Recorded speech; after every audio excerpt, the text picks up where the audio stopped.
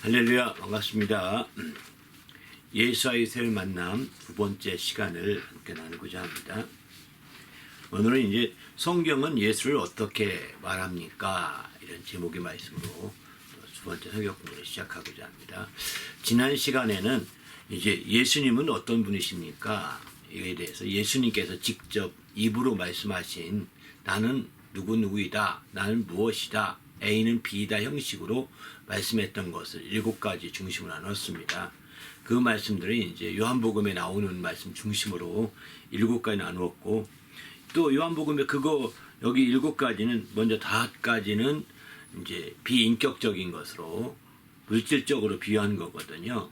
그 중에 먼저는 나는 생명의 떡이다, 떡이라고 말씀하죠. 두 번째는 나는 세상의 빛이다, 이렇게 말씀하고, 세 번째는 나는 이제 양의 문이다, 문이 다 비인격적이죠.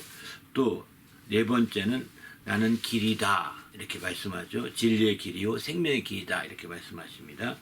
또 5번째는 나는 참 포도나무이다, 이렇게 말씀하시죠.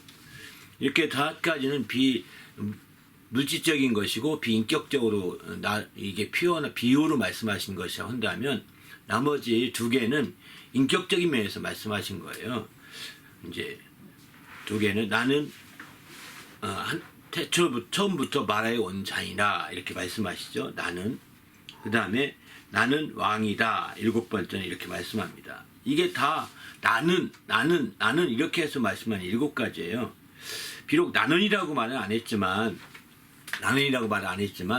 예수님에 대해서 직접적으로 가르치면서 A는 B대 형식으로 말하는 것 중에 요한복음에 또 3가지가 더 있습니다. 6장에 보면 인자는 아버지 하나님께서 인치신 자이라, 이렇게 표현하죠. 또 요한복음 17장 3절에 보게 되면 그가 보내신 자 예수, 이렇게 표현합니다. 바로 예수는 하나님이 보내신 자라고 분명히 여기도 A는 B라는 형식으로 바꿀 수도 있거든요. 또 요한복음 10장 11절은 나는 선한 목자다, 이렇게 말씀하죠. 선한 목자다. 나는 양의 문이요 선한 목자라고 이렇게 말씀하시는데, 나는 양의 문이요 선한 목자다, 요한복음 10장에 이렇게 말씀하시죠. 이렇게 3가지가 더 있습니다. 근데 이 부분에 대해서는 과제로 남겼고요. 마태복음도 인자는 안식일의 주인이다, 이렇게 해서 마태복음까지 포함하면 4문제가 4개가 더 있는 거죠. 이 부분에 대해서는 좀 더 깊이 연구해 보면서 함께 생각해 보면 좋을 것 같습니다. 근데 오늘은 이제 예수님이 직접 자기에 대해서 소개하신 그런 말씀과는 다르게, 오늘은 성경에서 예수님이 어떻게 말씀하고 있을까, 여기에 초점 두고, 특별히 성경이라고 말하니까 얘기지만은 복음서에서 말하는 거죠. 특별히 복음서 그 안에서 성경에서 말한다고 하는 것은 제 아들은 예수님을 어떻게 말하고 있을까, 이렇게 보는 것도 좋을 것 같습니다. 제자들은 예수님에 대해서 어떻게 증언하고 있을까, 이 부분에 대해서 우리가 알 필요가 있지 않겠는가, 그런 생각이 들거든요. 그래서 우리도 여기서 보면 이제 예수님께서 말씀하신 것들을 7가지로 이렇게 정리했습니다. 7가지로. 그 다음에 앞에 여기도 7가지인데 이제 앞에 5가지와 뒤에 2가지를 나눴습니다. 앞에 5가지는 알다시피 이제 예수님께서 이제 과거에 이루어졌던 일 중심으로 4가지를 정리해 봤고요. 그 다음에 현재와 미래에 이루어질 일들 중심으로 해서 2가지, 이렇게 다 7가지로 이렇게 정리한 거거든요. 그래서 두 개 다 첫 번째 과나 두 번째 과 속에 7가지만 여기서 선정한 것은 더 디테일하게 선정할 수 있을 것 같습니다만, 7가지 선정한 것은 외우기 쉽게 하려고 하는데 초점을 두었습니다. 오병이어라는 말 들어보셨죠? 바로 5개 떡덩이와 2개의 물고기, 이렇게 얘기하지 않습니까? 그 합해서 이제 그 점심을 먹고, 어린아이 점심이 마침내 한 끼의 점심이지만 그게 온전히 드려지고 온전히 섬길 때 그것으로 수 5천 명을 먹이고 남았다고 하지 않습니까? 이렇듯이 오늘 이 성경 공부를 통해서도 오병이어라고 생각하시고 5가지와 2가지 합해서 7가지죠. 이 오병이어를 통해서 이건 우리가 성경 공부하는 나의 바로 한 끼의 식사에 불과할지 모릅니다. 한 타임에 나눈 것들이거든요. 그 한 타임의 식사지만, 한 끼니 식사지만 그것 가지고 우리가 잘 이게 소화되고 내 것이 된다면 5천 명을 먹이고도 남을 수 있는 엄청난 거라는 거예요. 그냥 1시간 우물우물 넘어가는 그런 시간이 아니라 실제로 5천 명을 먹일 수 있는 큰 기회를 잡은 거거든요.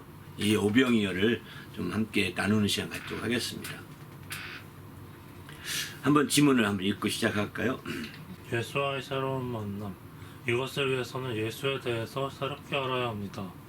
세상에 들었던 상식적인 이야기를 내려놓고 새로운 접근을 해야 합니다. 그 첫 단계는 예수께서 과연 자신을 어떻게 말씀하셨는지부터 이해해야 합니다. 이 부분에 대해서는 지난 시간에 나눠보았습니다. 또 한 가지는 예수를 믿고 따랐던 제자들이 예수를 어떻게 말하고 있는지 살펴봐야 합니다. 예수를 가장 가까이에서 함께하면서 그들이 알게 되었던 예수는 어떠한 분이셨는지 알 수 있다면 한 단계 높은 차원에서 예수와의 새로운 만남이 이루어질 것입니다. 그러면 예수의 제자들은 예수가 어떤 분이라고 말하고 있는지 나누어 보려고 합니다. 그것은 바로 제자들이 예수에 대해 기록한 성경을 통해서 알 수 있습니다. 특히 복음서를 중심으로 하며 다른 서신서를 참조해서 이야기하려고 합니다. 예. 그래서 예수님에 대해서 이제 우리는 잘못하다 보면 신학적 지식을 많이 늘어놔서 어떤 기독론을 말할 수도 있고 뭐 이렇게 큰 넓은 많은 분량의 어떤 서적을 가지고 공부하는 것도 아닙니다. 우리가 여기서 중요한 것은 이제 예수에 대한 어떤 지식, 신학적 지식을 넓히는 것보다는 참된 신앙이 되기 위해서는 예수를 알아야 되는 거거든요. 예수를 알고 그분과 실제적인 새로운 만남이 이루어져야만 우리가 참된 이제 성도로서 우리의 중심을 지켜갈 수 있는 거죠. 그러기 위해서 이제 예수에 대해서 어떤 신학이라고 하는 것이 등장하기 전부터 제 아들이 믿고 따랐던 그런 신앙이 바로 예수에 대한 이런 고백들인 거거든요.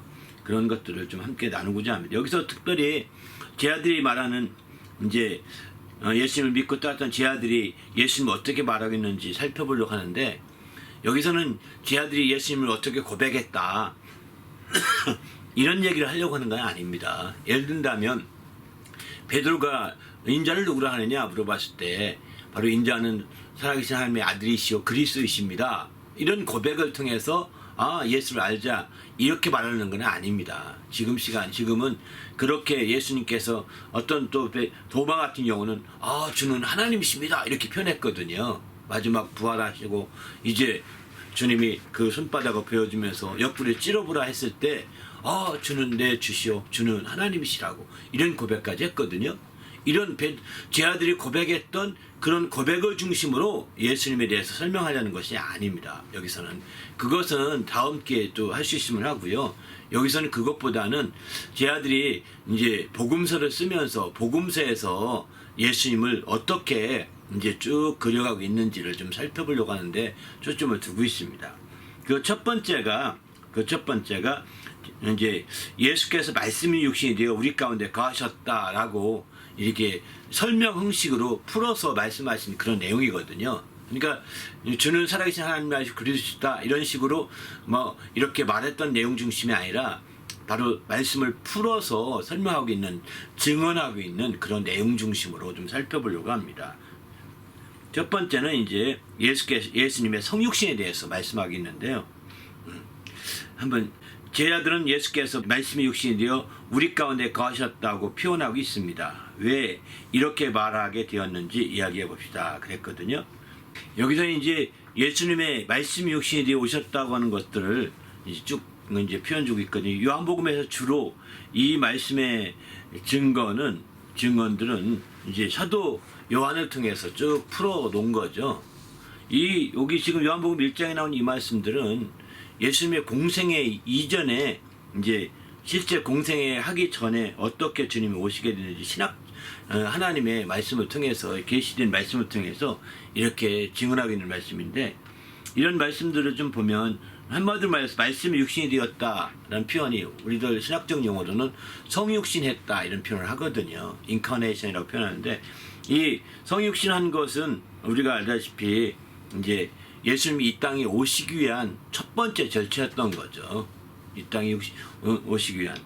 물론 이제 다른 마태복음이나 다른 복음서에서는 이제 그 마태복음이나 또 누가복음에서는 예수님이 이제 마리아를 통해서 오셨기 때문에 마리아의 수태고지가 나오게 되고 또 그런 일련의 과정들이 기사들이 나오게 됩니다. 그래서 이 땅에 오신 예수님에 대해서 그렇게 실제적인 사건을 통해서 설명하고 있지만 요한복음에서는 그렇게 말하고 있지는 않습니다. 요한복음에서는 바로 예수께서 이 땅에 태어난 것이 말씀이 육신이 되어서 오신 것이다 라고 이렇게 말씀하고 있거든요. 거기에 마리아가 중간에 있는지 없는지 요한복음에서는 이렇게 구체적으로 말하고 있지 않습니다.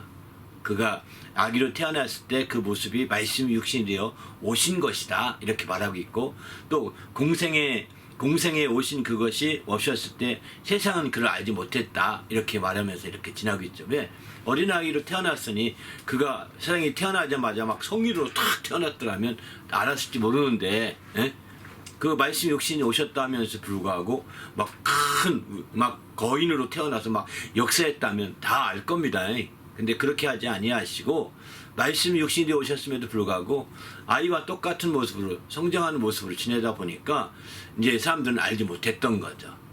그저 마리아가 어떻게 아들 하나 낳나 보다 이런 정도로만 알고 지나갔고 그렇게 했던 것 같습니다. 그래서 그런 부분에 대해서는 여기서는 이제 크게 생각지 않고 지냈는데 사도 요한은 그 부분을 아주 하나님의 성령의 계시를 받아서 하나님의 계시로 아주 크게 설명하고 있죠. 말씀 육신이 우리 가운데 거하심에 우리가 그의 영광을 보니 아버지의 독생자의 영광이요 은혜와 진리가 충만하더라 이렇게까지 말하거든요. 그러니까 이렇게 말하는 거 보면 얼마나 중요한가 하는 것을 보여주고 있는 거죠.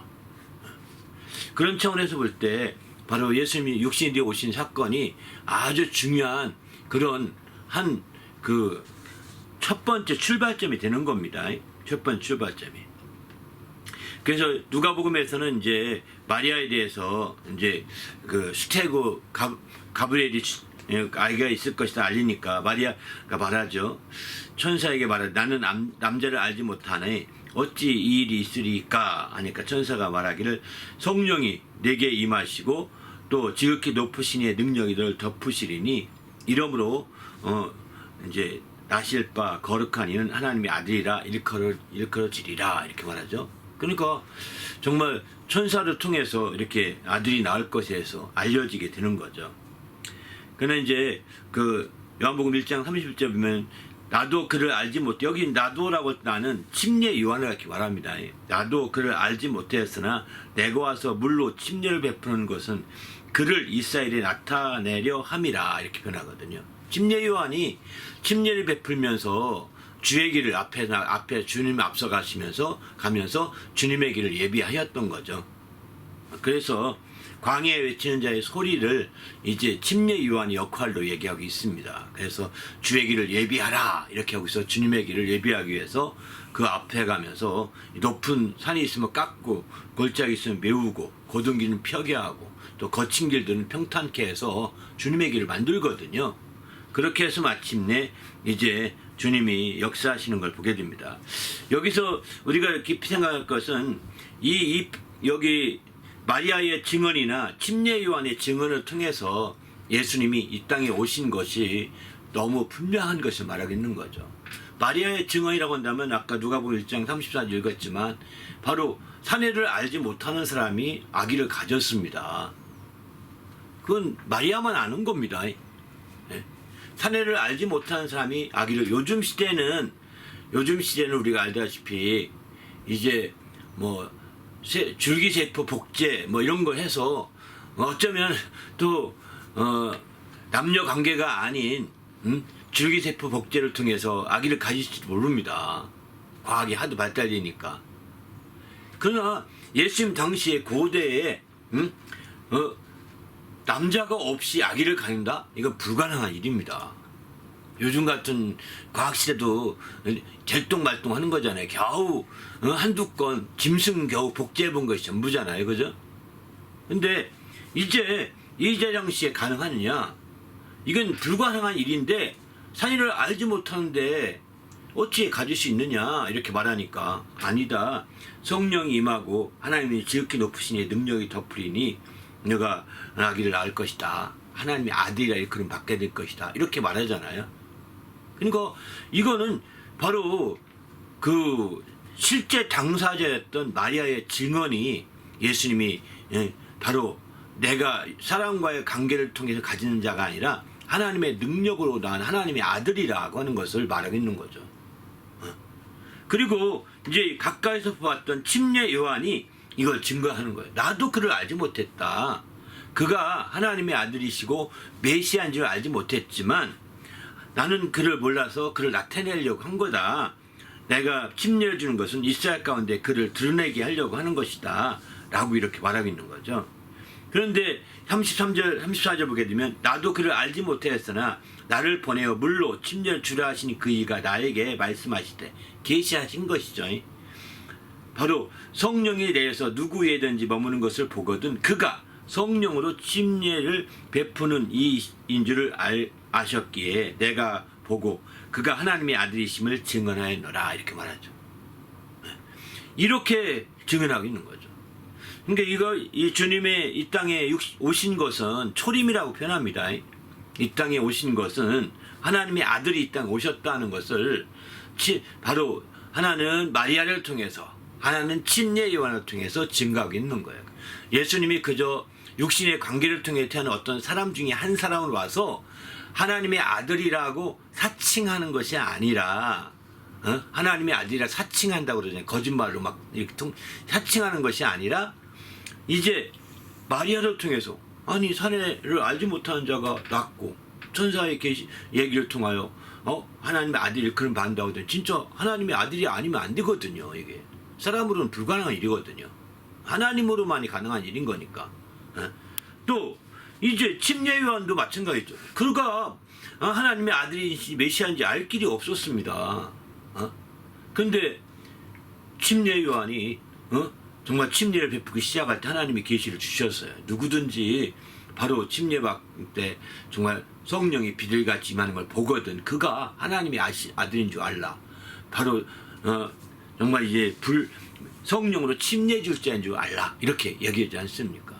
그러니까 성령으로 침례 줄 자가 메시아요 하나님의 아들이신데 그래서 그때부터 하나님의 아들이라고 아들이심을 증언했다. 이렇게 침례 요한이 말을 직접 쓰고 있잖아요. 직접 인용인 거거든요. 이런 측면에서 볼 때 예수님의 초림이 그저 일반 종교 교주의 출현과 같은 것이 아니라는 겁니다. 예수님의 이 땅의 초림이 하나님의 아들이 이 땅에 오신 처음의 출발점이 이 땅에 어떤 교주 창시자 교회 어떤 종교 창시자들의 모습과 같지 않다는 거예요. 그들처럼 완전 왕자로 온 것도 아니고 그들처럼 또 어디서 사람의 관계를 통해 태어난 어떤 사람이 아니라는 겁니다.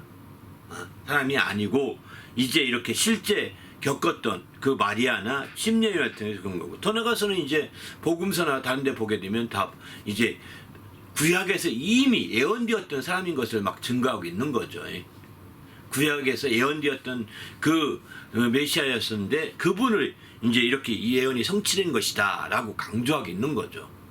그래서 실제로 복음서에서는 이제 하나님 말씀이 이루어진 것이다.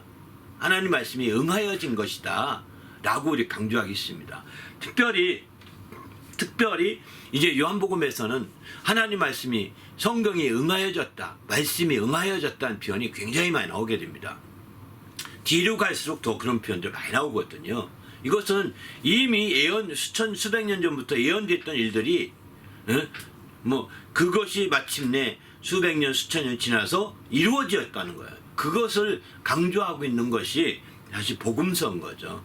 복음서를 읽어보면 예수님의 초림이 그저 공생애나 모든 초림들이 형식적인 것이 아니라 실질적인 것임을 여기서는 잘 보여주고 있는 거죠.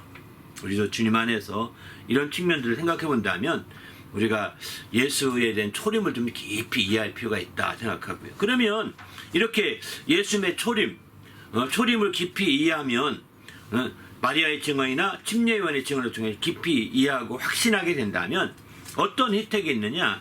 바로 은혜와 진리가 충만해질 수 있다는 겁니다.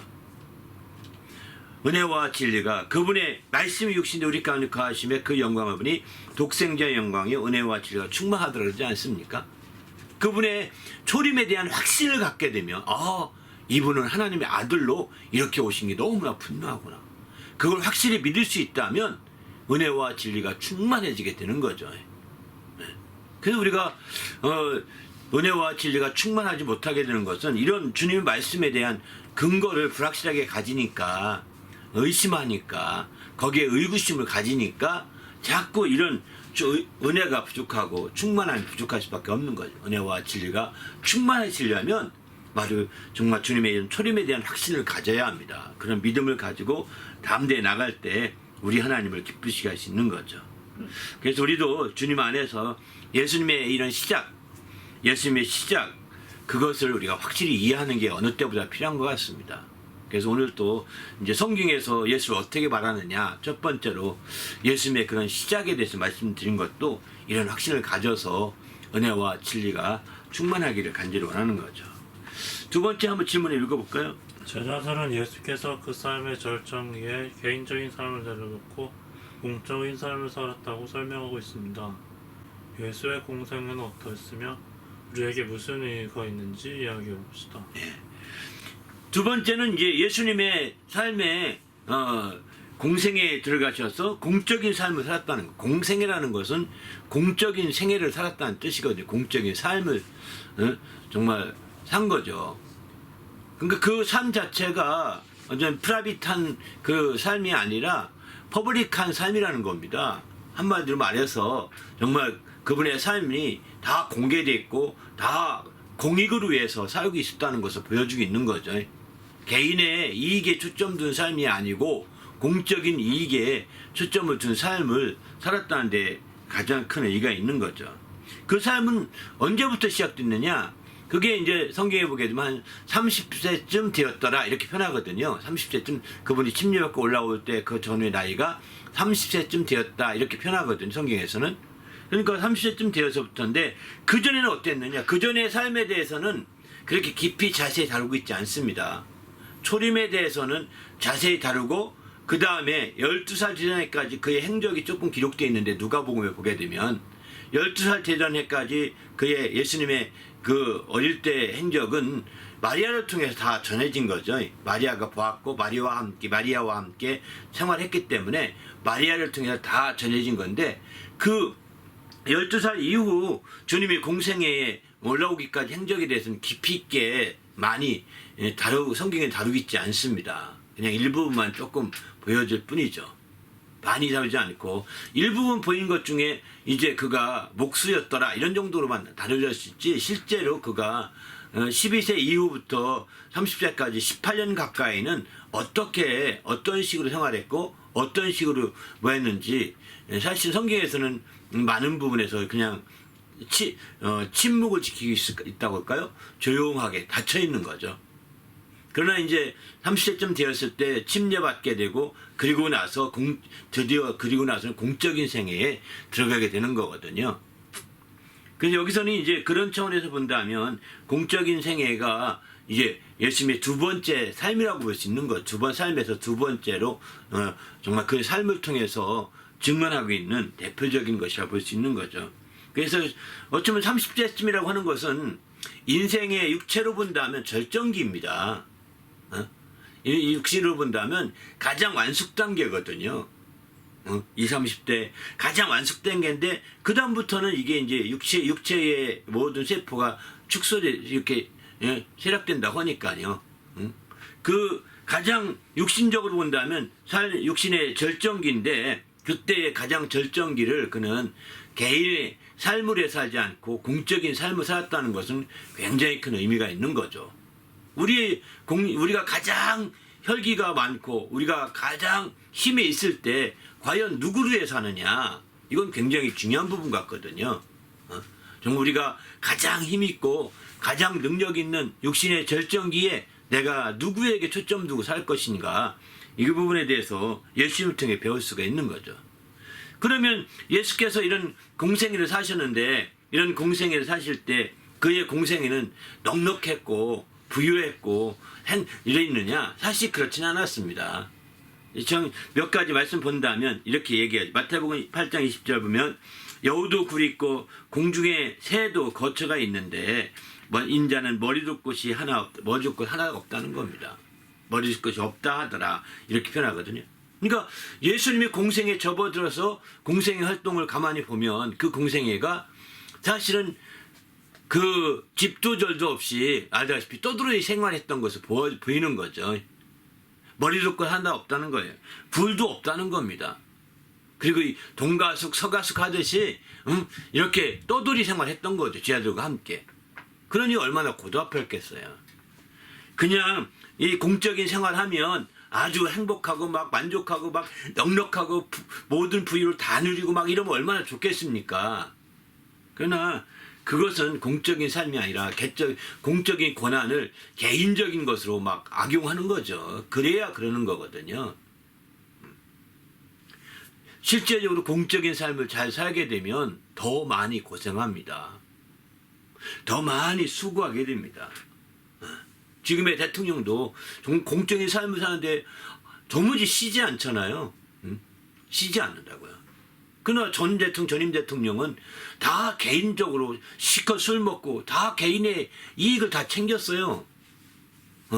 뒤에 것은 다 챙기고 다. 이런 식으로 챙기는 이게 공적인 권한을 개인의 이익으로 챙겨가는 거예요. 이 독재자의 전형적인 모습이거든요. 독재자. 공적 개념이 없는 독재자의 모습이 다 그렇게 치달아가다가 몰락하는 거예요. 근데 전임 대통령은 그런 반면 지금 새롭게 탄핵 이후에 세워진 대통령은 이제 그렇지 않고 오히려 정말 24시간 내내 일하잖아요. 아니 좀 쉬어야 될 것 같은데 다들 주위에서도 쉬어야 된다 막 이렇게 얘기할 정도거든요. 왜 그렇게 하겠어요? 공적인 삶을 바르게 살려고 하는 거예요. 공적인 삶을 산다는 것은 공적인 이익을 추구하는 거거든요. 공적인 삶을 산다고 하면서 사적인 이익을 추구하면 이게 독재자의 모습인 거죠. 또 공적인 삶을 살지 않고 사적인 삶을 사는 것은 사적인 삶을 살고 사적인 이익을 추구하는 게 일반 시민이라고 한다면 바로 우리가 선거로 정말 뽑힌 사람들이라든가 또 공직자로 임명된 사람들이라든가 이런 사람들은 공적인 삶을 살아야죠. 공적인 이익을 추구해야죠. 그들이 얼마나 공적인 삶을 살고 공적인 이익을 추구하냐에 따라서 이제 그 나라가 발전하고 성장이 달려있는 겁니다. 예수님은 이 땅에 오실 때 이제 30세 전에는 그는 이제 사적인 삶을 살고 또 몰라도 상관없다고 생각하는 것은 사적인 생활을 하셨기 때문입니다. 그걸 꼭 굳이 다 찾아내서 그것까지 미래인 게 아닙니다. 우리는 예수님의 공적인 삶에 중심된 이해가 필요하다는 겁니다. 그러면 왜 예수님이 침례받은 이후에 비로소 예수님이 공적인 삶을 살았을까요? 그게 이제 중요한 거죠. 침례받기 전에는 주님이 사적인 생활 사시다가 침례받은 이후에 주님이 공적인 삶을 살았던 가장 큰 것은 다른 것이 아닙니다. 그분은 바로 이제 침례받으실 때 바로 침례 요한 앞에 섰습니다. 그랬던 침례 요한이 말하기를 이렇게 말하죠. 아니 내가 그때 침례 요한이 베푸는 침례는 죄인이 되게 하는 침례거든요. 죄인들아 내가 죄인임을 고백하며 침례를 받으라 이렇게 말하는 거거든요. 죄인이라고 하는 증거로 침례 받는 겁니다. 그런데 예수님이 자기 앞에 왔는데 예수님을 보니까 죄인이 아니라는 걸 느꼈어요. 이 사람이 내가 오히려 이 사람한테 침례 받아야 되겠구나 하는 것을 알게 된 거죠. 그래서 오히려 내가 죄인입니다. 내가 침례 받아야 됩니다 했더니 아니다. 허락하라. 이렇게 하나님의 의를 이루는 것이 합당하다. 이렇게 말씀하거든요. 그때에 죄가 없는 분이 오히려 죄인인 침례 요한이 침례를 베풀 때 죄가 없는 분이 와서 침례 못 베풀다고 할 때 아니라 이렇게 허락해 내가 침례 받아야 된다. 이렇게 말씀하면서 허락하라고 얘기해서 침례를 받았다는 얘기는 뭘 의미할까요? 그것은 죄를 대신 뒤집어 쓰고 침례 받은 거예요. 그가 공생에 들어가기 위해서 온 인류의 죄를 대신 그가 뒤집어 쓰고 침례를 받으신 겁니다. 온 인류의 죄를 그가 뒤집어 쓰지 않았더라면 침례받지 않았을 것입니다.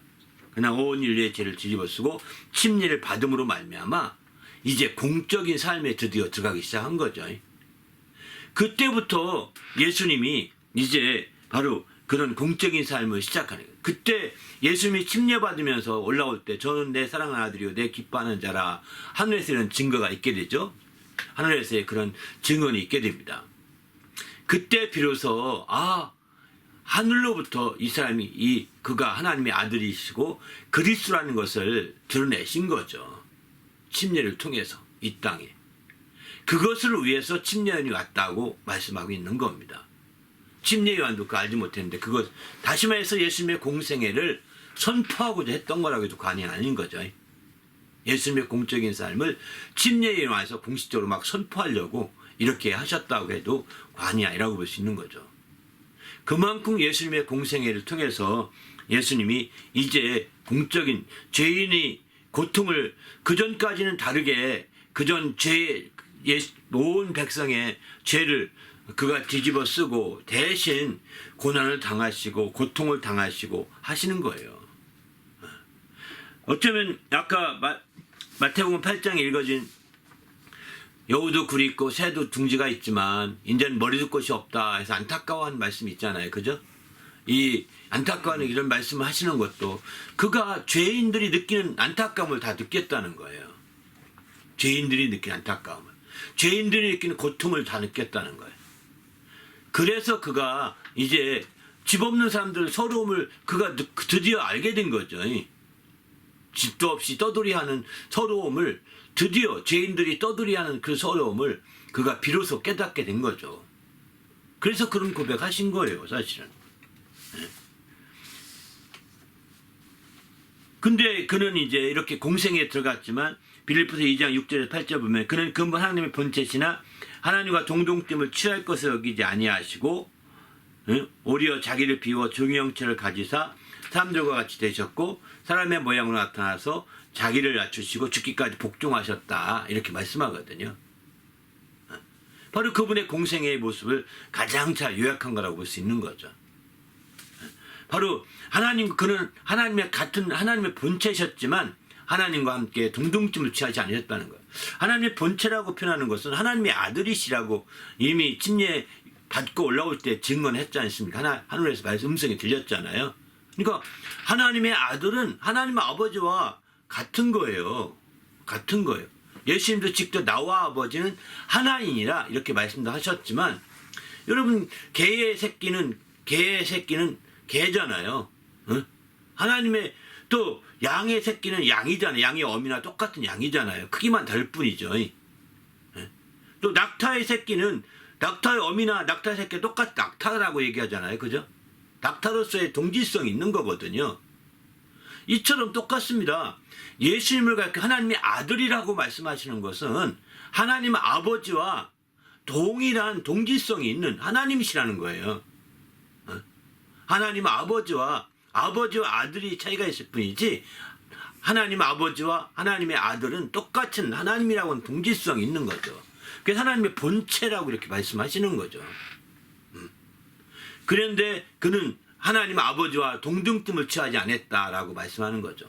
오히려 자기를 비우고 낮추었다는 겁니다. 그렇게 해서 공생애를 이루신 거거든요. 그러면서 그가 침례받아서 온 인류의 죄를 대신 짊어지시고 이제 가는데 그때 침례인이 말하잖아요. 그때부터 저기 보라 하며 예수가 지나가는 걸 보면서 세상 죄를 지고 가는 하나님의 어린 양이다 이렇게 말하잖아요. 그러니까 예수님이 지나갈 때 세상 죄를 지고 가는 하나님의 어린 양이 그 증거하잖아요. 침례 요한이. 그죠? 그러니까 침례 받을 때 세상 죄를 짊어지고 침례를 받으신 겁니다. 세상 죄를 짊어지고 침례 요한의 증거를 통해서 확실히 알 수가 있는 거죠. 우리도 이런 공생애에 대한 부분들이 이해가 참 중요하다고 생각합니다. 우리도 정말 공생애를 통해서 철저히 자기를 비우고 낮추는 주님의 삶을 통해서 우리도 공적인 삶을 살려면 주님과 같은 자세가 필요한 거죠. 나도 하나님의 자녀이지만 정말 나를 비우고 낮추어서 자기를 비워서 끝까지 순종하고 복종하는 것이죠. 이런 사람들이 되어야 사실은 주의 뜻이, 우리는 지금 다 예수 믿은 이후에 우리는 우리의 공생애는 길다고 생각하셔야 됩니다. 예수님은 3년의 짧은 공생애였지만 우리의 삶의 공생애는 이렇게 주님의 공적인 그 사명감을 느낀 이후의 삶이 공생애이기 때문에 더 예수님보다 더 긴 것 같습니다. 순교하기 전까지, 또 우리의 목숨을 다하게 끝나기 전까지 공생애가 이어지는 거거든요. 그렇기 때문에 우리가 주님 앞에서 이제 더 깨워서 자기를 비우고 낮추는 삶이 돼야 되는 거죠. 그렇지 않게 되면 이제 주님의 이런 공생애를 통하여 주님의 지혜를 알지 못하게 되는 거죠. 그 지혜를 배워서 우리도 영적인 공생애를 이루어가는 성도가 되시길 바랍니다. 세 번째 한번 질문 볼까요? 제자들은 예수의 공생의 절정으로 그 고난과 죽음이라고 설명하고 있습니다. 예수께서 성기과 함께 나누고자 했던 삶, 곧 공생애는 고난과 죽음으로 끝나는데 그것은 어떤 의미가 있는지 알아봅시다. 그죠? 저 여기서는 세 번째는 예수님의 고난 중에 당하셨던 이런 예수님의 모습들을 옆에서 본 모습들 설명을 통해서 공생애가 어땠으며 어떻게 진행되는지 나눴습니다. 세 번째는 예수님의 공생의 마지막에 보니까 고난을 받으시고 또 이제 죽으시게 되는 거죠. 그 참 고난 받으시는 것이 얼마나 안타까운, 예수님과 같이 있었던 베드로나 요한과 야고보 같은 사람을 통해서 그 겟세마네 동산에서 기도하시던 예수의 모습을 생각해 보게 됩니다. 그 고난이 쓴 잔이 지나기 원합니다. 하지만 내 원대로 마시고 아버지 원대로 되기 원합니다. 라고 이렇게 얘기하잖아요. 아니 그분이 정말 그렇게 아버지 원함대로 되기 원하는 그분이 이제 이것이 지나기 원한다고 이렇게 말할 정도면 얼마나 고통스러운 것인가를 볼 수 있는 거죠. 그때까지만 해도 제 아들은 잘 몰랐을 것입니다. 근데 이제 그 다음에 그 잡혀가서 마치 많은 정말 수모를 당하고 고난을 당하게 되지 않습니까? 그리고 마침내 십자가에 죽으시게 되는데 이 일련의 과정을 통해서 이제 엄청난 주님의 고난과 죽음이 그 공생의 마지막을 장식하게 되는 걸 보게 되는 거죠. 마태복음 16장 보면 이때로부터 예수께서 자기가 예루살렘에 올라가 장로들과 대제사장들과 서기관들에게 많은 고난을 받고 죽임을 당하고 제3일에 살아나야 할 것을 제 아들에게 비로소 나타냈다 이렇게 말씀하는데, 이때는 언제냐면 바로 인자를 향하여 나를 누구라 하느냐 이렇게 물어봤을 때 이제 베드로가 말하죠. 주는 살아계신 하나님의 아들이시고 그리스도이십니다 라고 이렇게 말합니다. 그러니까 예수께서 참으로 기뻐하면서 막 그의 속에 있는 기쁨을 막 드러내십니다. 그러면서 바요나 시모나 내가 복이 있구나. 바로 이것을 알게 하니는 내 혈육이 아니요 육신적인 생각이 아니라는 겁니다. 바로 하나님이 내 하나님께서 가르쳐 주신 것이다라고 이렇게 말씀하고 계시죠. 그러면서 이때 그게 바로 신앙의 절정기거든요.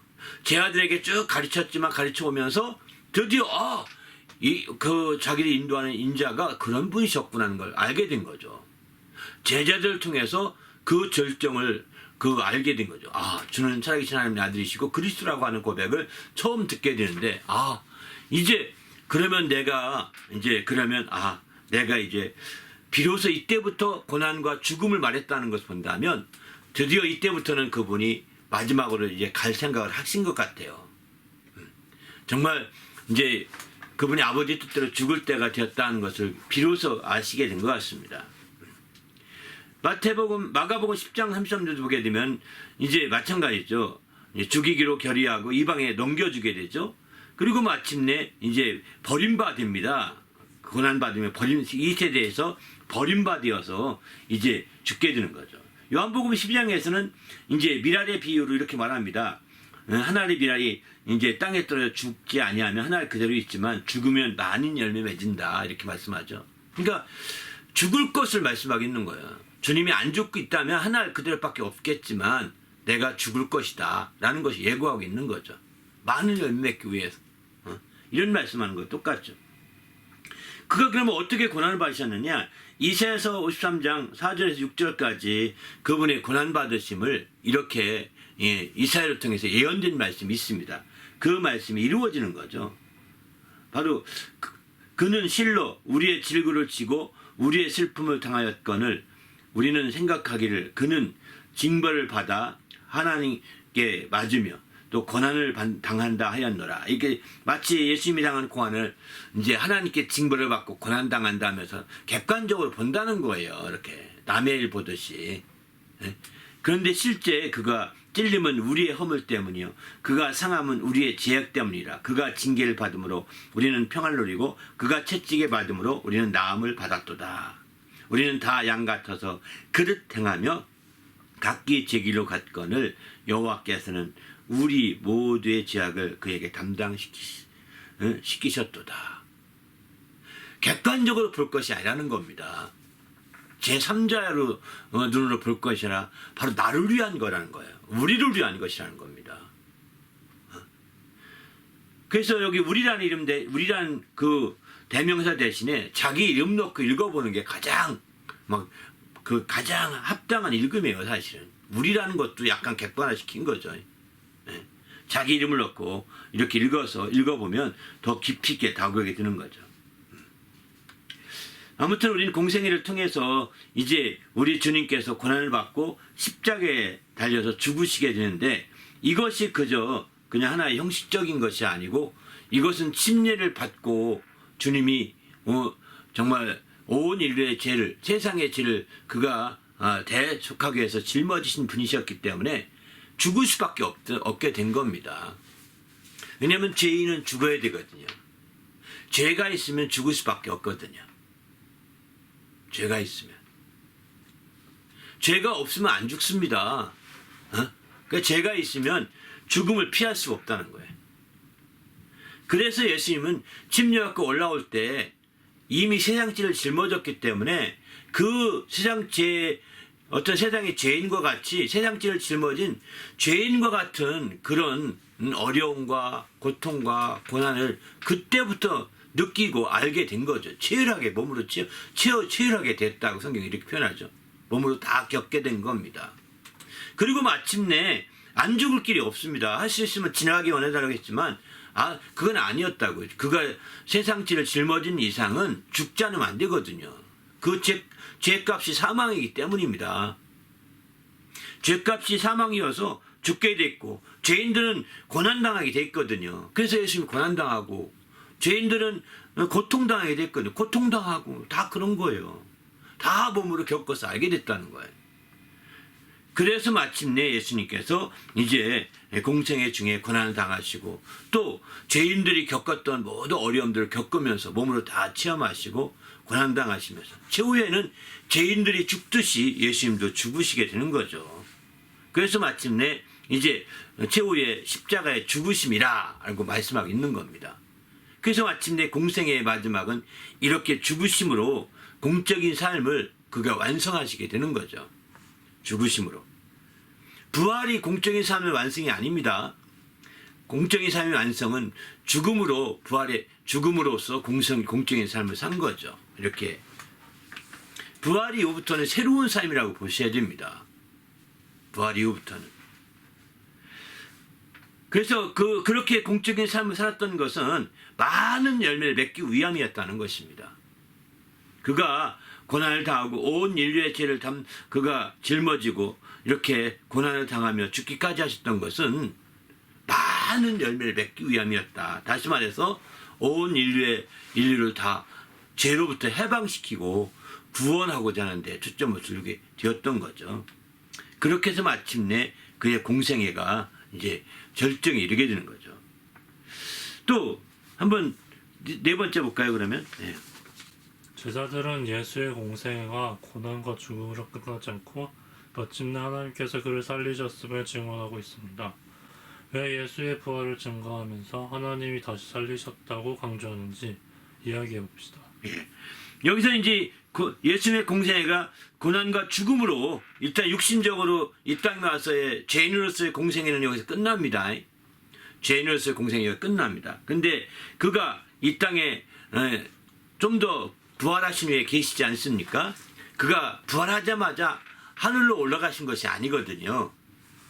부활하자마자 하늘로 올라가신 것이 아니고 이제 부활하신 이후에 부활하기 죽음까지가 온 인류의 대신 짊어진 죄 때문에 이제 공생애를 사신 것이고, 부활하신 이후에는 그가 이제 부딪히고 또 모든 것들을 인도하기 위해서 잠시 40일 동안 부활하시는 계셨던 거죠.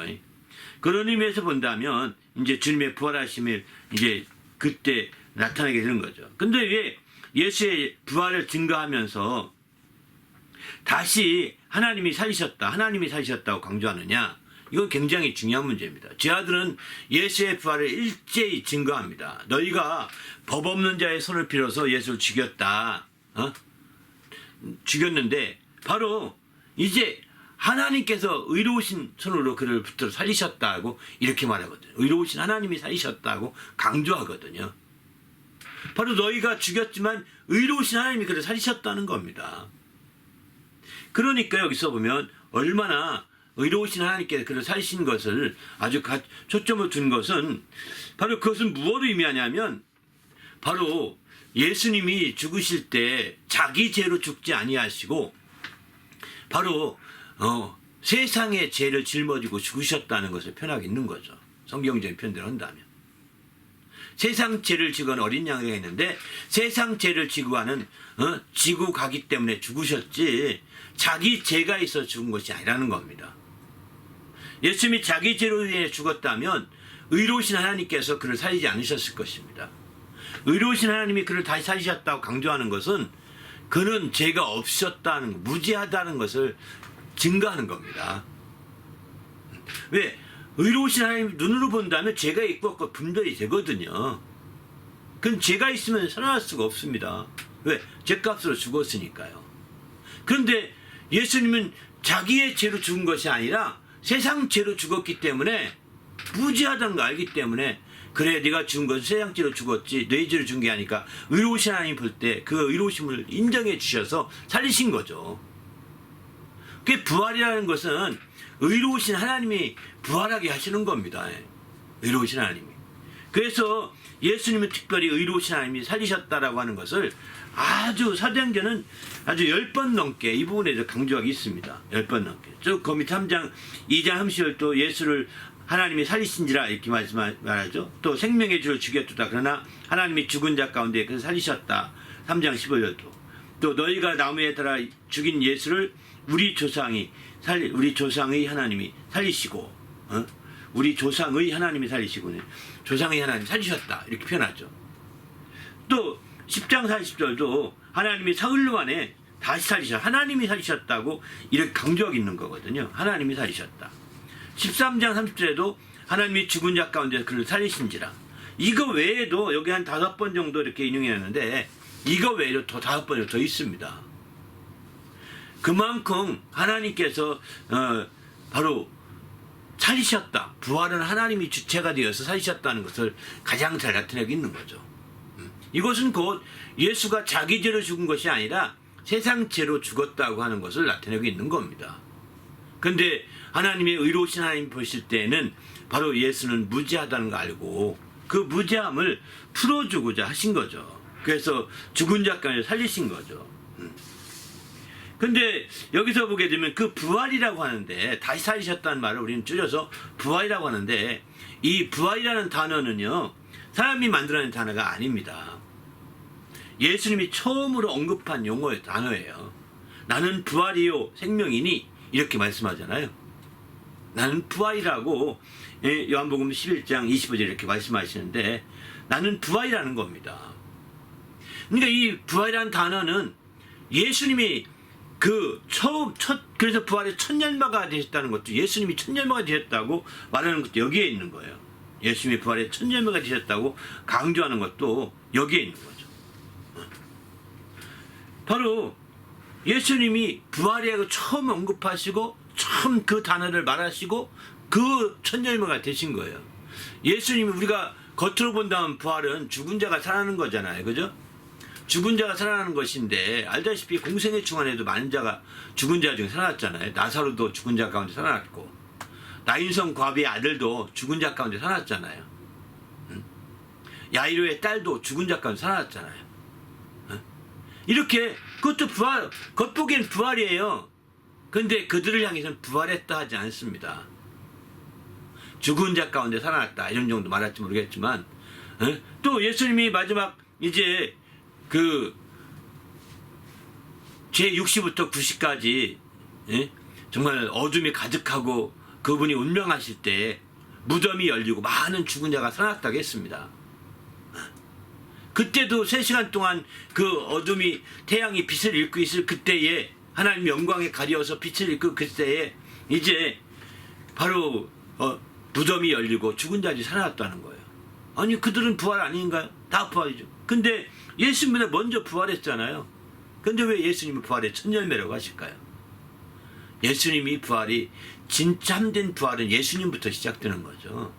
예수님 이후에도 죽은 자 가운데 살아난 자가 있을 거예요. 지금도 임사체험이다 해가지고 죽었던 자에 살아난 경험들이 있잖아요. 그죠? 어떤 사람은 짧게는 몇 분, 길게는 몇 시간, 뭐 올해 또 며칠 장례 치는데 막 관이 움직여서 살았다고 하더라고요. 3일장을 하는데 관이 막 움직인다라는 거예요. 그러니까 그래서 막 그 화장을 들어가기 전에 간이 움직여서 뜯어봤더니 살아나서 살렸다고 하더라고요. 그런 얘기도 보면서 이게 또 가능하겠다. 그 얼마 며칠 만에 살았는지 모르지만 아무튼 이렇게 이제 죽은 자 가운데 사는 지금도 가능한 거예요. 불신자 가운데 심지어는 가 있다는 거죠. 어떤 면에서는. 그게 부활이 아니라는 거예요. 그건 죽은 자 가운데 살아난 거라고 그냥 풀어서 설명할 뿐이지 그것은 그들도 다시 또 죽습니다. 참된 부활은 예수님이 하신 부활인 거예요. 그때가 첫 번째고 그 다음은 누구냐? 나중에 예수께 붙은 자들이 예수님이 강림하실 때 부활한다고 하거든요. 그 중간 예수님이 강림하실 때 중간에 죽은 자께 사는 건 부활이 아닙니다. 진짜 부활은 주님이 강림하실 때 예수께 붙은 자들이 부활하는 거. 이게 첫째 부활인 거죠. 이게 다 하나님께서 이 부활이라고 말씀하신 부활의 열매라고 볼 수 있는 거죠. 그 사이 예수님이 강림하시기 전에 죽은 자가 살아났다. 임사체험한 거 다 부활이 아닙니다. 또 죽습니다. 그러나 예수님이 부활의 첫 열매가 됐을 때 예수님이 언급한 부활의 첫 열매가 됐을 때는 한 번 부활하게 되면 다시 죽지 않습니다. 한 번 부활하게 되면. 그래서 부활할 때의 모습이 어떤 모습이냐? 누가복음 20장 39절은 내 손과 발을 보고 나인 줄 알라. 또 나를 만져보라. 영은 살과 피가 없으되 살과 뼈가 없으되 너는 보는 바와 같이 나는 있느니라. 이렇게 말하잖아요. 나는 살과 뼈가 있다는 거예요. 왜? 그 몸 예수님의 몸 그대로 살아나는 것이라는 겁니다. 그래서 이렇게 부활이라는 것이 다른 거죠. 이 부활이 없다면 우리처럼 우리는 가장 허망한 자가 되고 마는 겁니다. 우리도 이 부활에 대한 확신을 가지시고 믿음으로 달려나가시길 바랍니다. 할렐루야. 그래서 우리가 죽음으로 끝나지 아니하고 이제 의로우신 하나님이 주체가 되어서 부활했다는 의미를 여기서는 잊지 말아야 될 것 같습니다. 바로 예수의 무죄하심을 입증하는 거라고 이 부활은 그런 것. 우리는 부활의 증인이다. 이런 표현은 예수님 무죄함에 대한 증인이라는 표현과 똑같습니다. 무죄. 또 우리도 부활한다. 우리도 예수님과 함께 속한 자로서 우리가 죽을지 모르지만 또 부활한다 라고 확신을 갖는 것은 반대로 나도 무죄하게 되었다 이런 뜻이거든요. 주님이 무죄함을 인정해 주신다 이런 뜻이기도 합니다. 다시 말해서 죄가 있었지만 예수의 피로 가려진 바가 되어서 주님의 그 죄가 무의미하게 되었음을 주님이 나타낸다. 우리가 첫째 부활에 참여하는 것 자체는 그거죠. 그렇지 않겠어요? 그러니까 죄로 인정하지 않는 겁니다. 우리는 죄인이었죠. 그런데 예수님이 그 죄를 다 담당해 주시고 또 그 피로 다 우리를 속량해 주셔서 마침내 죄를 지었었지만 이제 주님께서 우리를 다 깨끗하게 해주심을 인정해 주신 게 결국은 부활이거든요. 그 부활을 믿기 때문에 우리는 평안하게 죽을 수가 있는 거죠. 예수님도 마침내 그분의 그 정말 무죄 곧 의로움이 없다면 죄가 있었다고 한다면 부활하지 않았을 거고 하나님이 부활시키지 않으셨을 거예요. 그러나 그는 세상의 죄를 짊어졌을 뿐이지 자기의 죄는 없더라는 거예요. 그러니까 의로우신 하나님이 보시고 그를 판단하시고 그를 부활하게 하신 거죠. 살려내신 겁니다. 우리도 비록 우리는 예수님과 다르죠. 우리는 육신적으로 연약해서 죄를 졌습니다.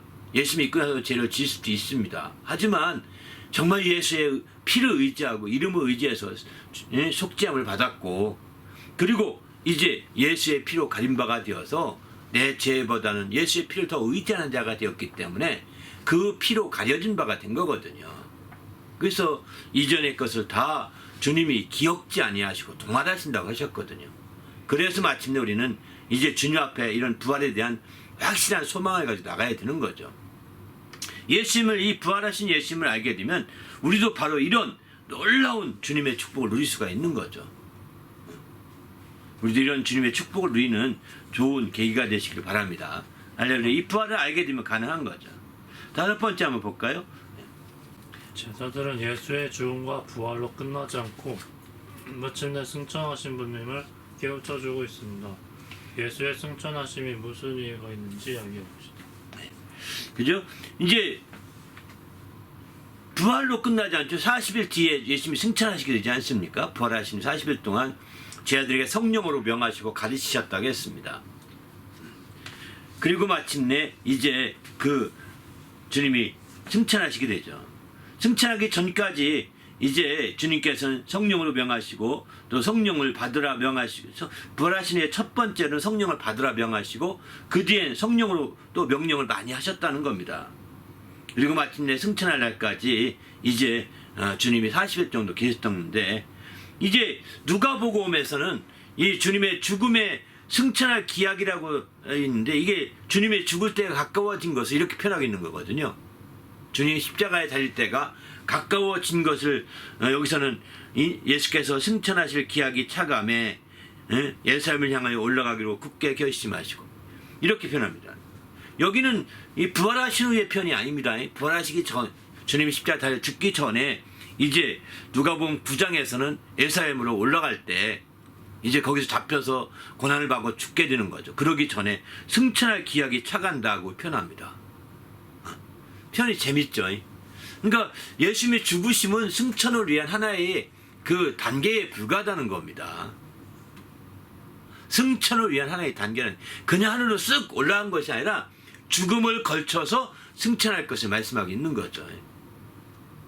죽음만 연급하고 있지 않은 거죠. 그리고 사도행전에 가서 또 승천하신, 여기 승천하실 날까지라고 표현하죠. 40일, 부활하신 후 40일까지 승천할 날까지. 승천에 초점 두고 말하겠다는 걸 보여주고 있는 거죠.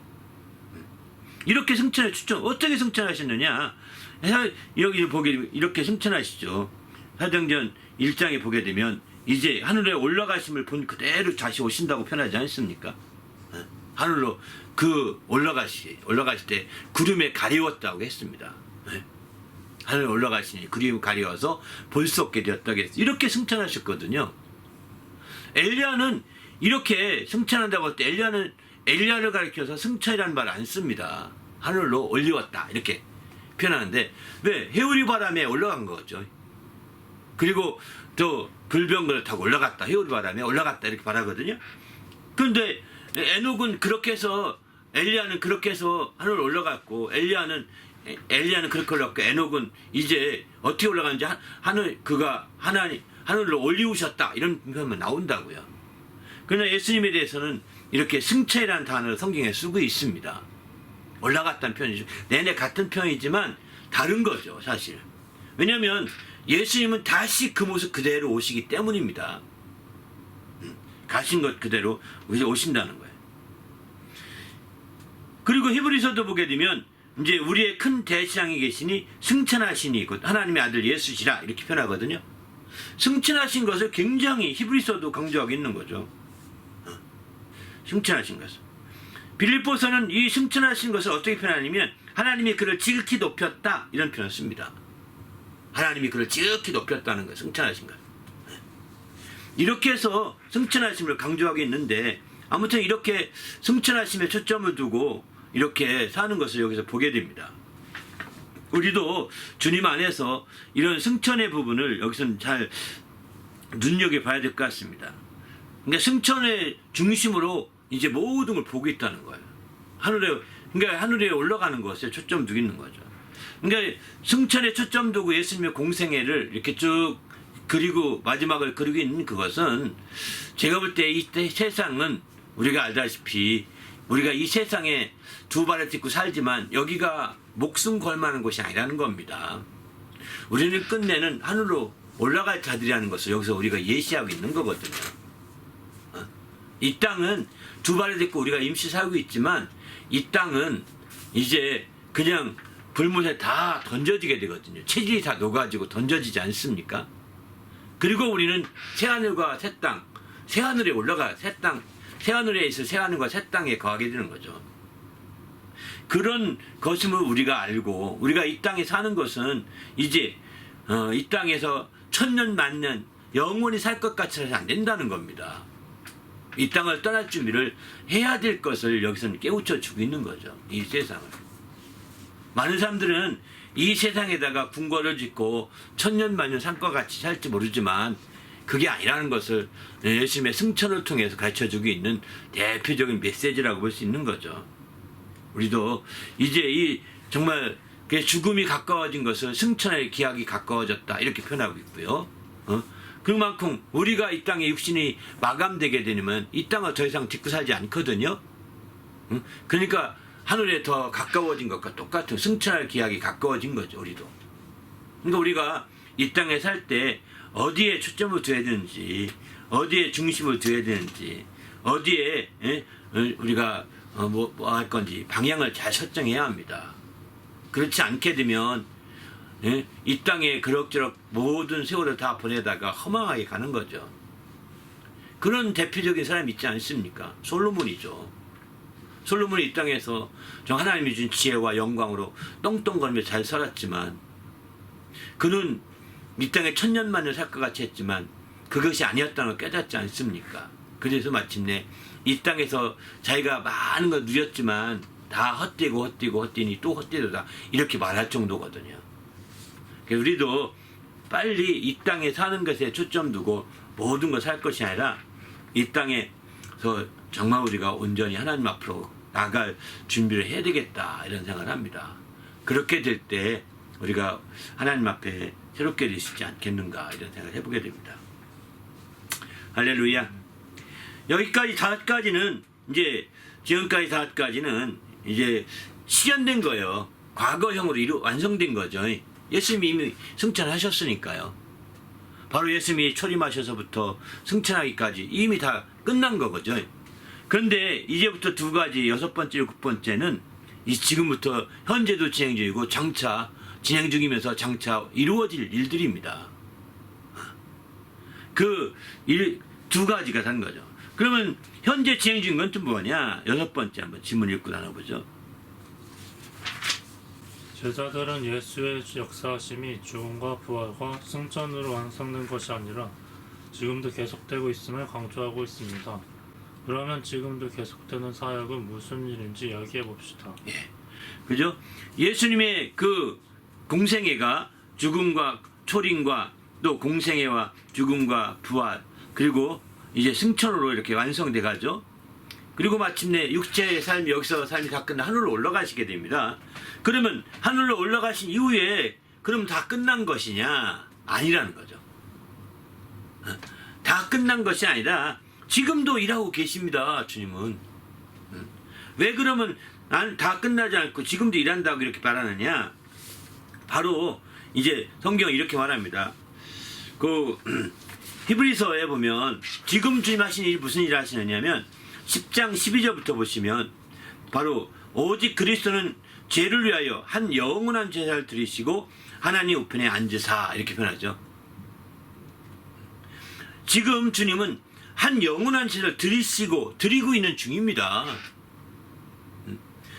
그리고 어디서 드리느냐? 하나님 우편에서 그걸 드리고 있는 거라고 보시면 됩니다. 하나님 우편에서. 그분이 승천하신 것이라는 것은 이 땅을 넘어 승천하신 것은 하나님의 성소에 들어간 거로 비유되거든요. 이 땅에선 서에서 동쪽에서 서쪽으로 가는 방향으로 이렇게 수평적으로 성전이 세워져 있다면 하늘의 성전은요 이 지상에서 바로 하늘로 수직으로 세워져 있는 거예요. 하나님 우편에 하나님 나라에 들어가는 것은 바로 성전에 들어가는 것과 똑같은 거예요. 그렇게 얘기하는 거죠. 그러면 그분이 성전에 영원한 제사를 드리기 위해서 들어가시는데 어떻게 들어가시느냐? 바로 그분이 우리의 대제사장이에요. 들어가셨다는 거예요. 대제사장으로서. 6장 히브리서 6장 20절 보면은 예수께서 멜기세덱 반차를 따라 영원한 대제사장이 되어서 우리를 위하여 들어가셨다 표현하죠. 들어가신 것까지는 이루어진 거죠. 이미 그죠? 들어가신 거죠. 그래서 마침내 이제 멜기세덱 반차를 쫓아 들어가. 왜? 레위의 반차를 쫓으면 하늘로 성전에 들어갈 수가 없습니다. 이 땅의 성전 들어갈지 모르지만 하늘에 올라갈 수가 없는 거죠. 그래서 멜기세덱의 반차를 쫓았다라고 이렇게 강조합니다. 그리고 마침내 이제 그분이 하늘로 들어가서 대제사장이 들어갔으니 어떻게 들어가시겠어요? 대제사장이 이제 우리 죄를 위해서 뭐 하시겠어요? 그때 대제사장이 들어갈 때는 이제 9장 12절 보면은 이렇게 말합니다. 염소와 송아지 피로 가지고 들어가지 아니하고 오직 자기 피로 영원한 속죄를 이루사 단번에 성소에 들어가셨다 이렇게 말하거든요. 그러니까 바로 지상의 성전에 들어갈 때는 염소와 또 송아지 피로 짐승의 피로 들어가야 되거든요. 그런데 하늘의 성전에 올라가려면 영원한 피가 필요하잖아요. 왜? 하늘은 영원한 곳이니까. 영원한 피, 곧 아들의 피로 자기 아들의 피, 자기의 피로 들어가신 거예요. 그 대제사장도 이제 이 세상의 대제사장은 매년 한 번씩 바뀝니다. 왜? 수명이 있기 때문에 바뀔 수밖에 없거든요. 그러나 우리 대제사장이신 예수님은 안 바뀝니다. 영원하신 분이기 때문에. 그래서 7장 20절 28절 보면은 율법은 약점을 가진 사람들을 제사장으로 세웠으나 이제 율법 후에 하신 맹세의 말씀은 영원히 온전하게 되신 아들을 세우셨다. 제사장으로 그러죠. 아들을 제사장으로 세워서 아들이 제사장인데 제사장 중에서 대표한 제사장을 대제사장이라고 표현하거든요. 대제사장으로서 들어가시게 된 거죠. 그때에 자기의 피로 들어가신 거예요. 그래서 마침내 우리가 이제 하나님 앞에 나가게 된 거죠. 그러면 대제사장이 하시는 일이 있는데 대제사장이 그럼 성소에 들어가서 뭐 하느냐? 대제사장이 성소에 들어가서 그때 여기 대제사장이 들어간 성소를 지성소라고 합니다. 지성소라고 하는데 예수님이 십자가에 죽으실 때 자기 피를 흘려 죽으실 때 지상성소에 있던 제사장 그 휘장이 찢어졌습니다. 그 성소와 지성소가 통일됐습니다. 하나가 됐습니다. 그래서 히브리서에 말하는 성소라고 할 때는 꼭 지성소 아니어도 전혀 문제가 없어요. 왜냐하면 예수님이 십자가에 달려 죽으실 때 휘장이 찢어졌기 때문에 그게 휘장으로 가려진 게 없었거든요.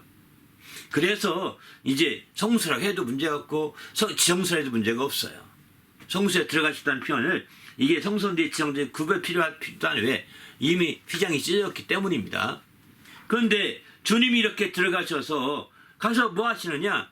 바로 법궤 위에까지 주님이 향을 피워야 됩니다. 향단을 가지고 들어와서 대제사장들이 들어가게 되면 지성소에 가서 향을 피워야 되거든요.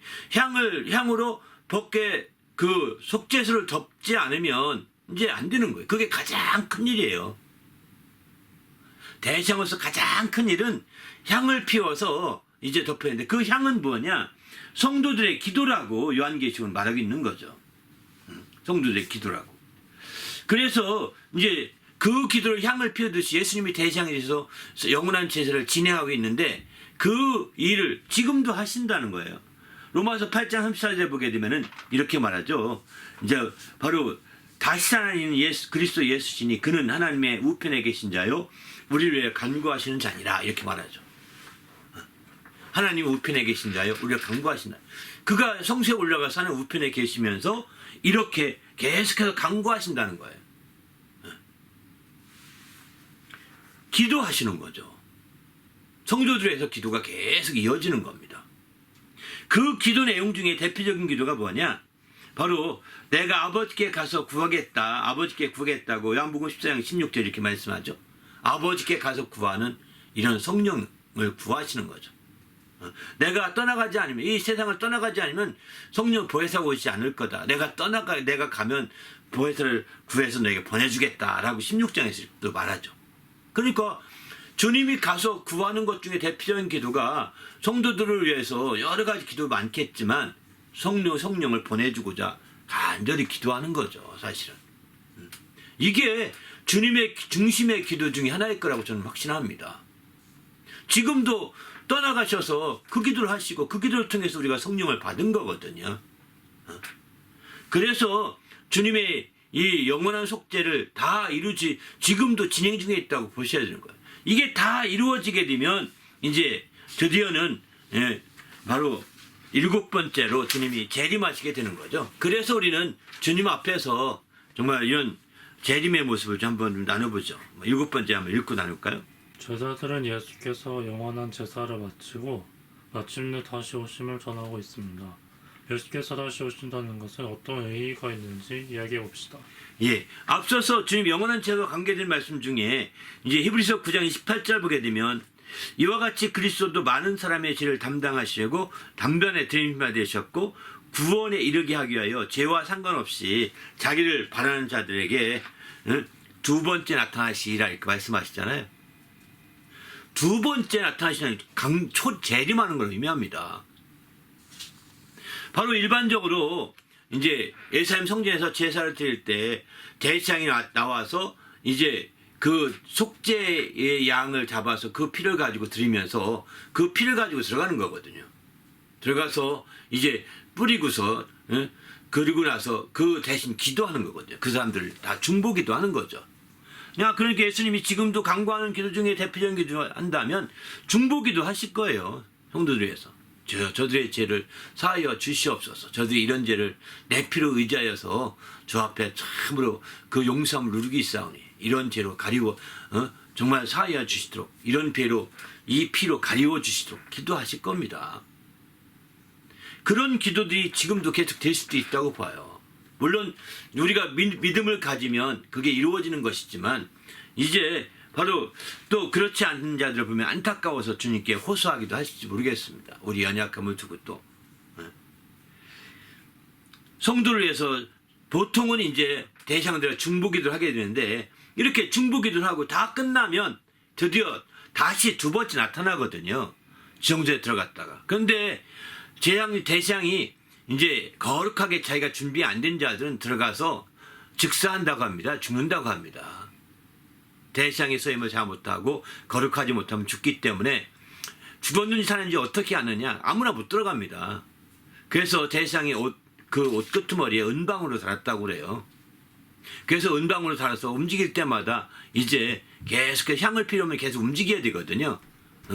움직일 때마다 이렇게 소리가 나는데 소리가 안 나면 소리가 하루 종일 안 났다. 그러면 끄집어내야죠. 왜냐면 잘못하면 시체로 썩으니까. 그래서 그 대상의 옷 뒤에는 이렇게 줄을 메고 들어간답니다. 은방울과 함께. 그 밖에 당길 수 있도록. 휘장 밖으로 끌어낼 수 있도록 그렇게 한다는 거래요. 네, 휘장안은 아무나 못 들어가고 1년 다음에 정말 대상이 들어가기 전까지 못 들어가거든요. 규칙이 있으니까. 그럼 1년 놔두면 어떻게 되겠어요? 성전이 엉망이 되지 않겠습니까? 그래서 이렇게 하게 되는데 바로 두 번째 그것이 다 끝나면 잘 끝나서 속죄가 이루어지게 되면 드디어 나타나서 여러분 하나님이 속죄하셨습니다. 여러분 다 용서했습니다. 이렇게 선포한다는 거죠. 두 번째 나타나야 되는 거죠. 재림은 그래서 우린 이건 필수적인 거예요. 지금은 아직 재림이 안 됐지만 모르지만 지금이 재림이 이루어진 건 아니죠. 아직은. 그렇지만 반드시 될 수밖에 없으면 우리의 영원한 제사가 어떻게 됐는지 확인할 길이 없는 거예요. 지금 우리의 영원한 제사를 통하여 우리는 영원한 속죄를 지금은 약속을 통하여 속죄를 우리가 믿고 의지하고 평안한 가운데 가는 거잖아요. 하늘나라에 가더라 죽더라도 그죠? 그러나 영원한 제사가 완전해져서 재림을 통하여서 선포가 될 때 드디어 그게 완벽해지는 거거든요. 마지막 점 찍는 거 똑같다고요. 이미 예수님께서 2000년 십자가에 죽으시고 피를 흘리심으로 우리는 이미 그 피로서 약속을 받은 바가 됐습니다. 그죠? 근데 그 약속을 믿는 자들은 다 혜택을 누리게 되는 거죠.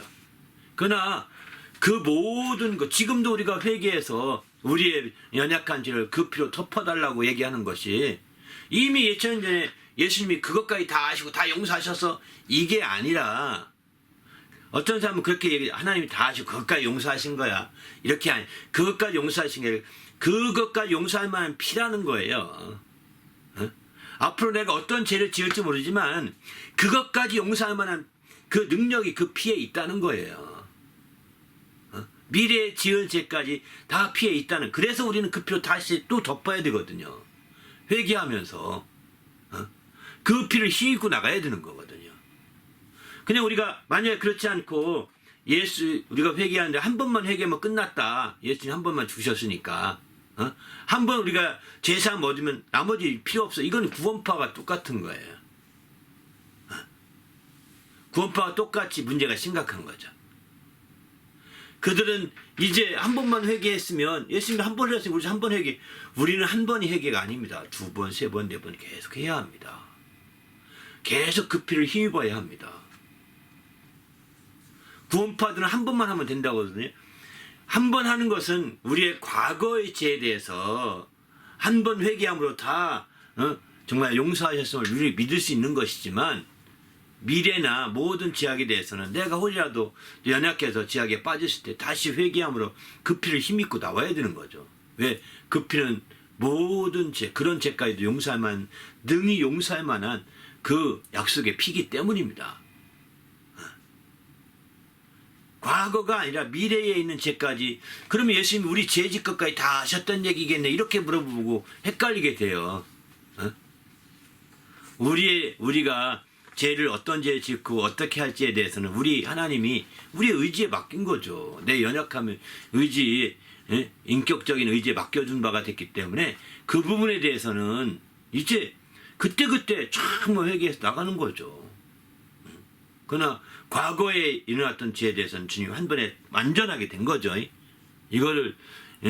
이것은 원죄라고 표현하는데, 그러나 이제 우리의 자범죄에 대해서는 정말 회개하면서 새롭게 되면서 다시 그 피를 얼마나 의지하고 그 피를 얼마나 힘내에 따라서 그런 죄악으로부터 멀어지게 되고 극복할 수 있는 힘이 생기는 거거든요.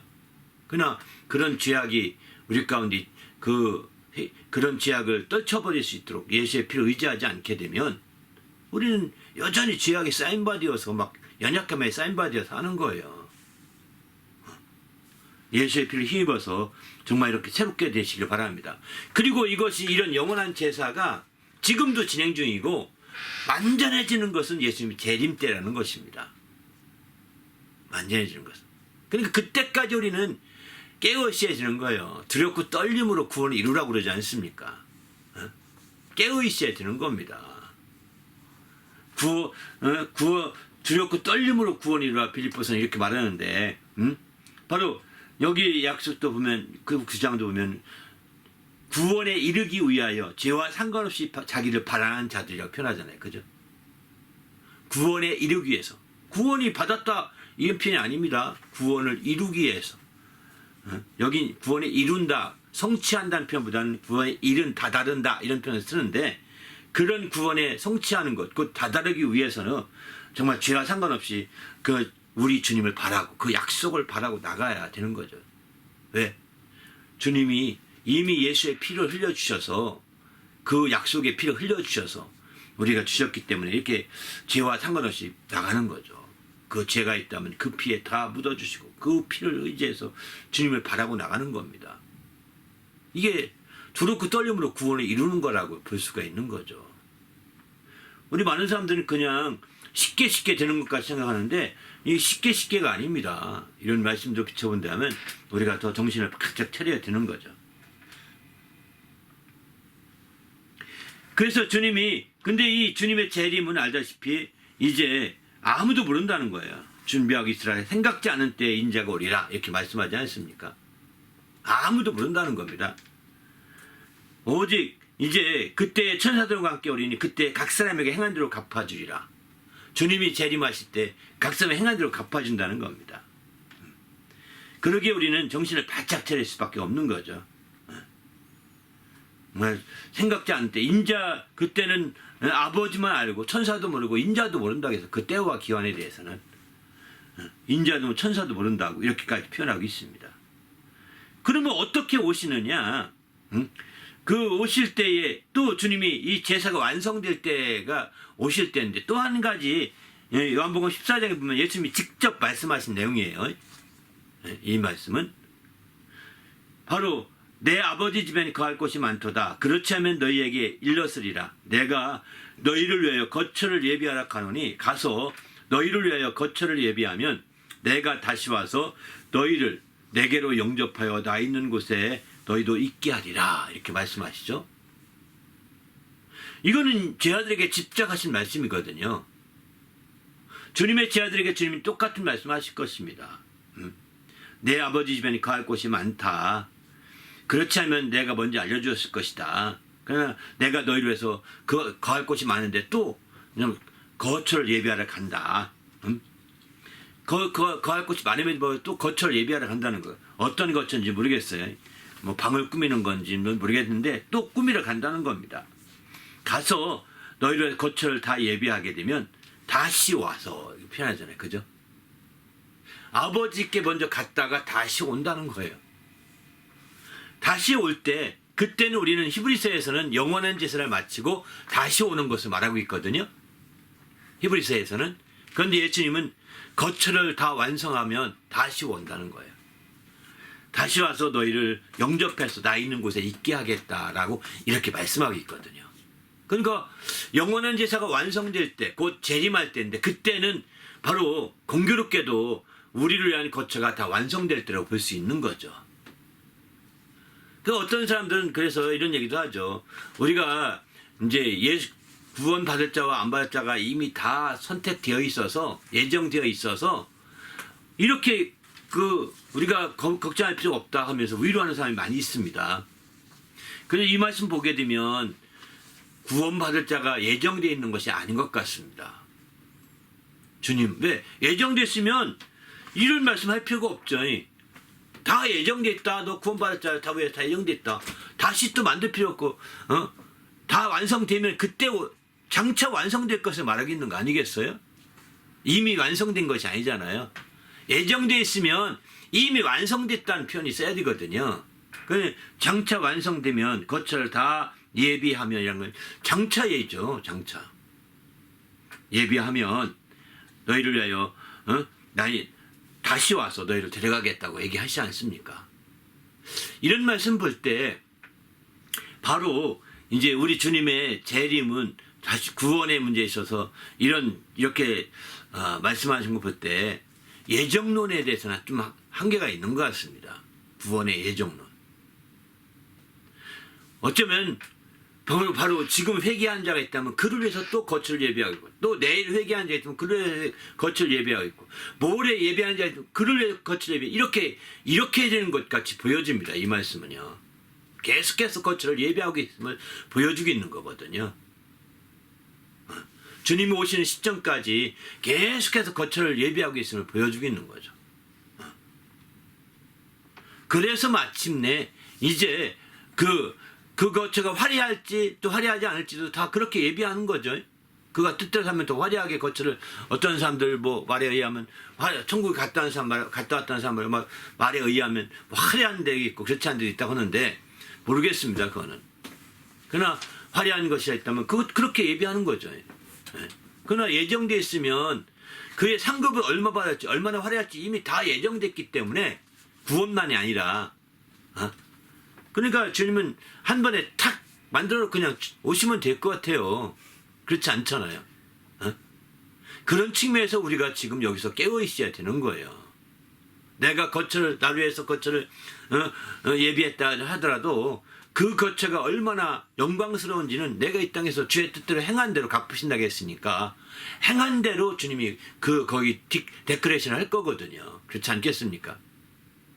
그러니까 우리가 여기서 정신을 바짝 차려서 바로 주님 내일 오시면 내일까지 내일 오시면 끝났어. 나는 다 끝났어. 하루 해봤자 뭐 하겠어. 포기하지 말고 더 하루라도 막 열심히 주의 뜻대로 산다면 그가 주님의 거처를 예비하실 때 반영하지 않겠습니까?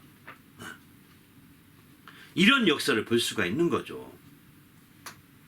이렇게 해서 마침내 주님이 오시는데 그때 오실 때 모습은 사도행전 1장 11절에 보게 되면은 예? 너희가 서서 하늘을 쳐다보느냐? 갈릴리 사람들아 하면서 얘기하죠. 그 천사가 말합니다. 흰 옷 입은 두 사람인데 사실 천사예요. 너희 가운데서 하늘로 올려서 올려지신 이 곧 예수는 하늘로 가심을 본 그대로 오시리라 이렇게 말씀하죠. 하늘로 가심을 본 그대로 오시리라. 바로 어떻게 올라가시느냐? 그 9절에 보게 되면 보는 데서 올려져 가시니 구름이 그를 가리워 보이지 않게 하더라 했습니다. 거기서 올라가게 마치 이제 올라가게 되는데 희오리밤도 없던 것 같아요. 자연스럽게 올라갔는데 갑자기 구름이 내려오면서 그가 가려지게 된 거죠. 이렇게 되듯이 이제 그렇게 해서 주님이 구름 가운데 주님이 나타나시게 될 겁니다. 그때 구름은 이 수증기 구름이 아닙니다. 이 구름도 바로 성전에 구름이 가득 껴서 영광의 구름을 끼어 있듯이 그 천사들의 한 모습이라고 볼 수 있는 거죠. 그렇게 해서 마침내 이제 천사들에 의해서 그가 올라갔음을 성경은 말씀하고 있는 거죠. 우리도 이제 주님 안에서 이런 주님의 재림까지 7가지 이렇게 말씀드렸는데 이 7가지를 알고 우리의 믿음을 확실하게 정말 준비하시고 깨어있기를 바랍니다. 할렐루야. 그럴 때 우리 하나님을 기쁘시게 할 수 있는 거죠. 베드로전 후서에 보면 주님이 강림하시는 약속이 어디 있느냐, 조상이 잔 후부터 만물이 처음 창조할 때와 같이 그대로 있지 않느냐 하면서 비웃는 사람이 많이 있습니다. 아닙니다. 이건 분명한 거예요. 8장 베드로 후서 3장 8절 이하에 보면 사랑하는 자들아 주께는 하루가 천년 같고 천년이 하루 같은 이 한 가지 사실을 잊지 말라. 주의 약속은 어떤 이들이 더디다고 생각하는 것 같이 더딘 것이 아니라 오직 주께서는 너희를 대하여 오래 참으사 아무도 멸망하지 아니하고 다 회개하기에 이르기를 원하시느니라. 이렇게 말씀하죠. 그래서 우리는 주님 앞에서 정말 그의 날을 우리가 바라보고 깨어 있어야 되는 거죠. 오늘 여기 두 번째 예수님과의 새로운 만남을 위해서 예수님 직접 나는 어떻다, 나는 누구다 이렇게 말하는 말씀과 함께 또 제 아들이 예수님을 보면서 증언했던 그런 말씀을 바탕으로 이렇게 좀 생각해 보았습니다.